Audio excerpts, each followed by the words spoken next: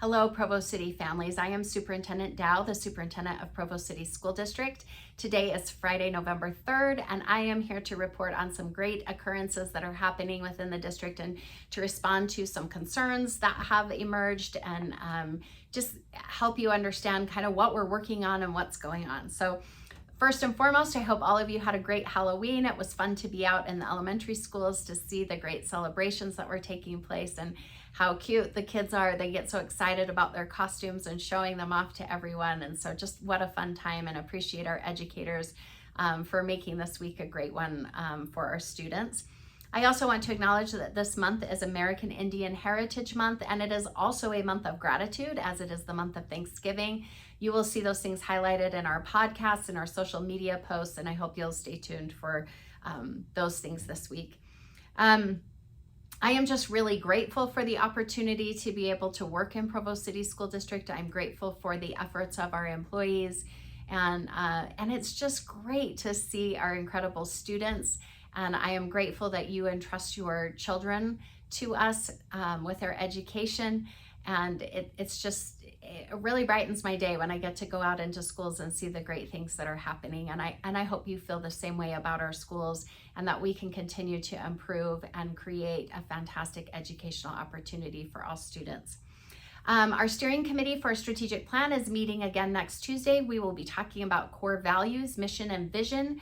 The board has already kind of brainstormed some of their ideas about it, but the steering committee will be working through that same presentation and then kind of fusing these ideas together so that we really land on something that all of our stakeholders really value and appreciate and feel will be the central focus of what our work will be for the next 5 to 10 years here in Provo City School District.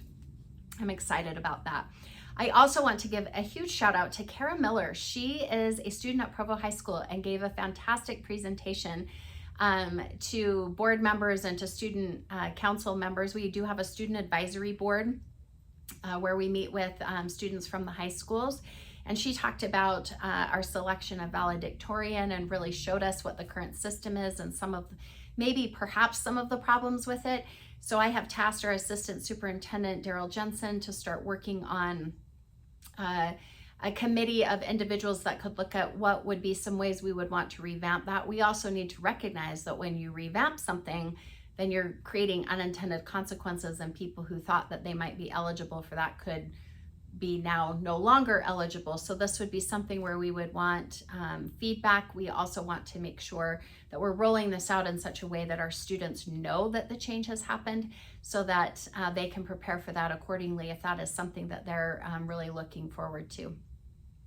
Our 9th and 10th graders are going to be getting a letter from the University of Utah explaining what the requirements are for admission at the University of Utah and how they can plan their course schedules as they're looking at potentially gaining admission to the University of Utah, and also scholarships potentially. The University of Utah has really expanded its scholarship options, particularly to students who are graduating with a 4.0 GPA.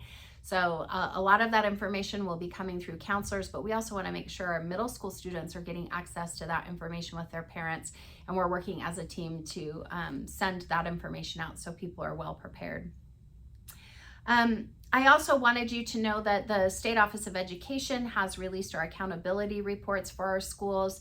We had a great session with our principals yesterday where they were able to go in and really review their data and kind of look at how we use this as leverage points to improve the overall system of education that we provide for the students of Provo City.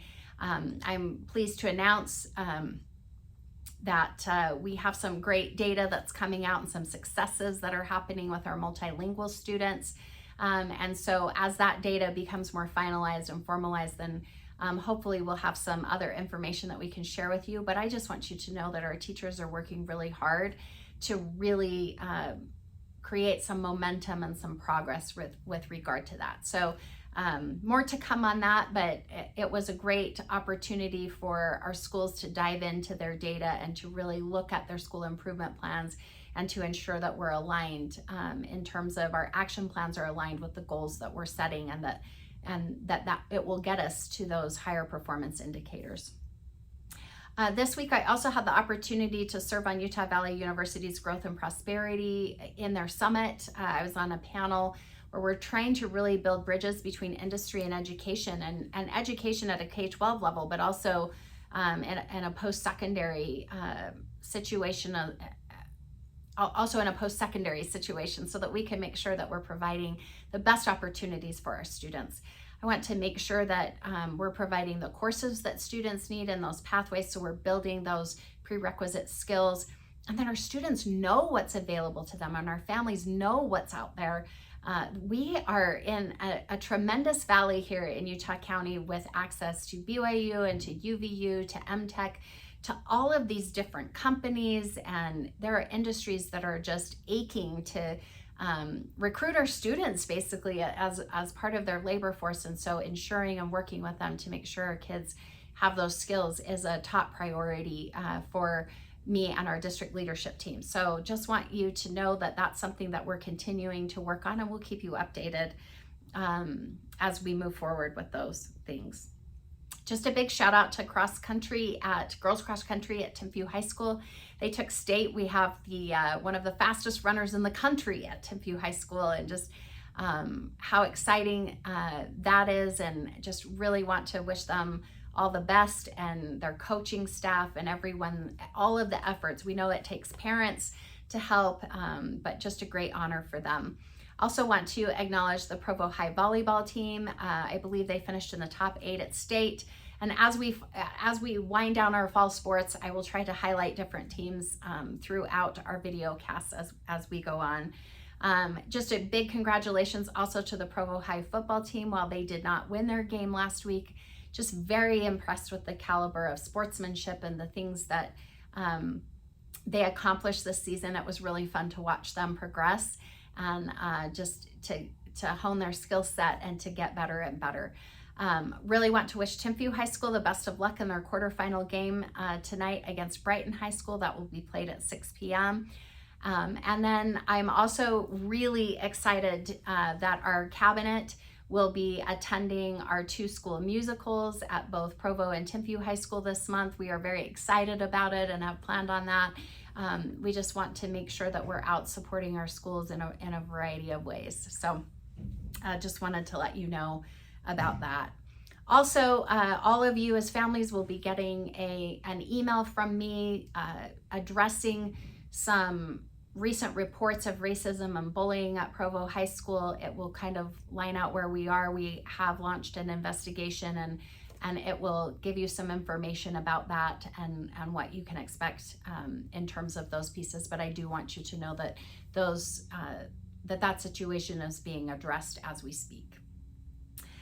With all of that, I just want to wish all of you a great weekend. Please note that it's the end of daylight savings time, so everybody's going to get an extra hour of sleep. So I don't know about you, but I am looking forward to that. Generally, though, it just means that I stay up an extra hour, so maybe I don't actually get more sleep. But just want you to know how much I care about this community, and I care about our students, and our leaders and our teachers do as well. And we're very grateful that you entrust your kids to us each and every day. We hope you have a great weekend. Thanks, everybody.